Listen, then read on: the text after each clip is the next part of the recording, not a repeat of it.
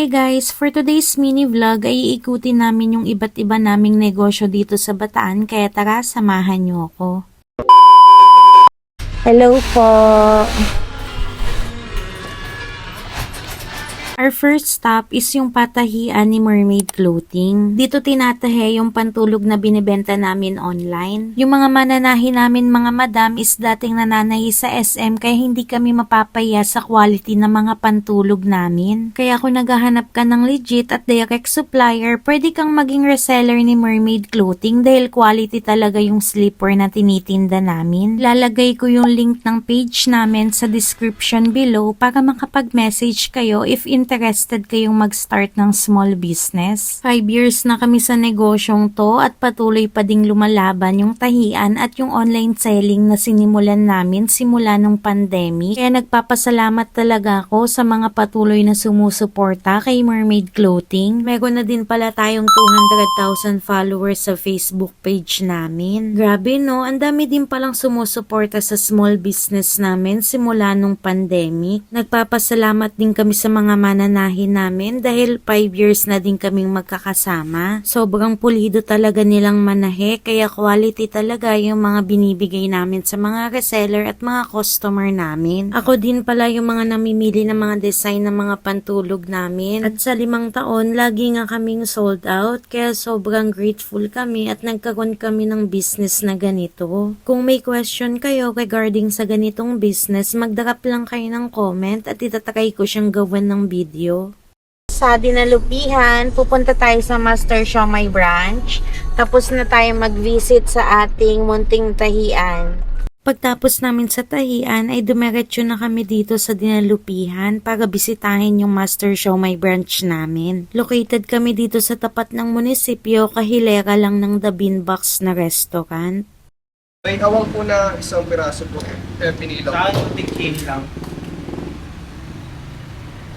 Yay! Tapos, Sige, please, sir. Ayaw yung kanyang sauce.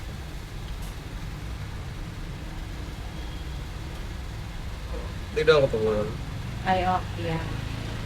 Thank you. Eh, kung lagyan mo.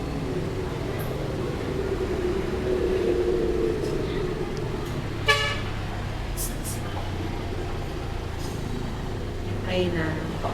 Thank you.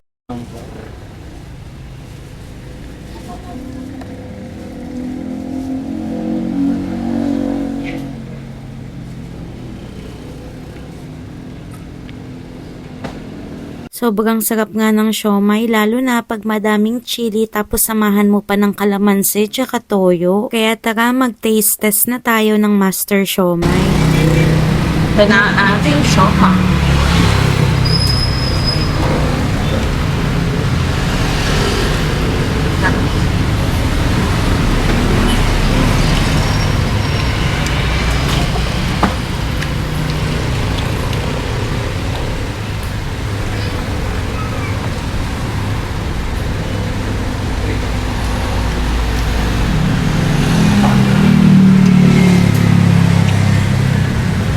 Ito nga yung business na hindi na namin kailangang i-market dahil pangalan pa lang na Master Siomai, alam mong masarap na. Quality naman kasi talaga yung lasa, pati nga yung chili tsaka soy sauce lagi kong hinihigop kasi masarap talaga. Pagtapos mag-visit sa Master Siomai ay dumiretso na kami para kumuha naman ng stock para sa mango shake business namin. Nakakapagod nga tong ginagawa namin ng pag-iikot sa mga negosyo namin sa Bataan kaya nag-coffee and dessert muna kami bago kami bumalik sa Balanga. Pag nandito kami sa Dinalupihan ay dito talaga kami nagkakape dahil gustong gusto namin yung coffee tsaka mga pastries dito. Pagtapos namin kumain ay dumiretso na din kami dito sa burger business namin dito sa Capitol Drive, Balanga, Bataan. Tapat lang kami ng The Beanery at Chowking tapos katabi lang din ng BDO tsaka ng Crown Royal Hotel. 24 hours din pala kaming open kaya kahit anong oras ka pumunta ay matitikman mo yung burger namin dito sa Big C. Kaya din pala ako nagpunta dito ay may bago kaming empleyado kaya imimit ko siya for the first time.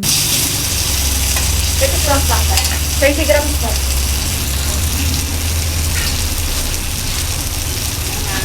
Hi, kilala mo ako?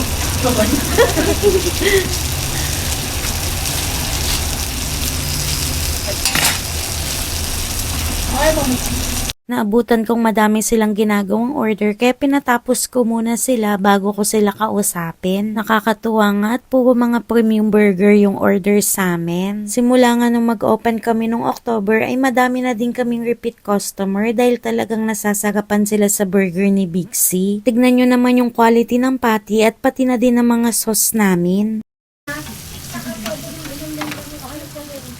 7.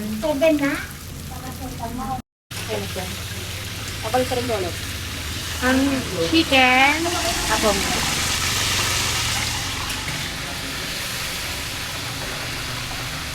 First day pa nga lang ay parang napasabak na nga yung bago kong angel. Tinapat ko talaga siya sa schedule na madaming customer or sa peak hours ng store. Madali kasing matuto ang trainee pag actual na nakikita or nakakapag-serve sa mga buyer namin. Mabilis nga lang din siyang matuto.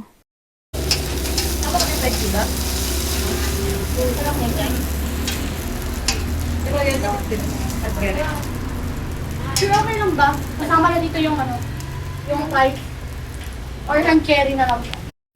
Magano ka na dito minsan na mga magpalit-palit ka na? Ma'am, hindi ko pa kasi ilalim yung ano. Oo, wag.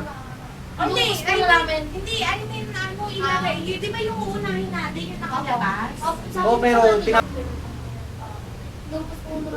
Ganun lang, ano lang, limited.